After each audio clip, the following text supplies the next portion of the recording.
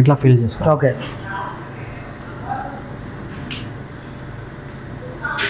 ఒక 50 గ్రామ్ వస్తుందా? 50 to 60 gram అట్లా వస్తుంది. ఇది చాక్లెటా బ్లాక్ ఫారెస్టా మీరు? ఇది చాక్లెట్ సార్. ఇది బ్లాక్ ఫారెస్ట్.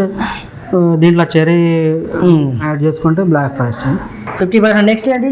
పైన టాపింగ్ క్రీమ్ పెడదాం. విప్ క్రీమ్ పెట్టాం పైన. టాపింగా? ఓకే. టాపింగ్ విప్ క్రీమ్ పెట్టి పైన గార్నిషింగ్ చేద్దాం. దీనికి ఇట్లా అప్లై చేసుకోవచ్చు.